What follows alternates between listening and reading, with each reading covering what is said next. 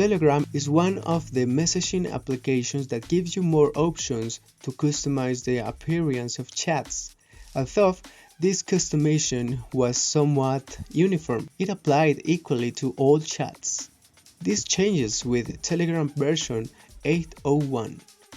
To change the theme of any private Telegram chat, you must open the chat and tap on the menu button to choose Change Colors. At the bottom of the window, you will see the selector where you can choose between 8 themes.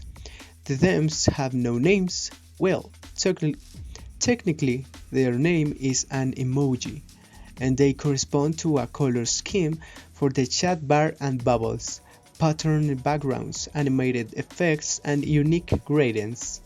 You can preview each chat by tapping on it. Each of them is available in a version for light theme and dark theme. You can toggle the preview between both modes in a preview. With the dark theme, these custom themes are a little bit more discreet, as they do not apply to the top bar. An important fact is that, as we mentioned before, the topic applies to both people, and in addition, it is indicated with a message that you have changed the topic of the conversation.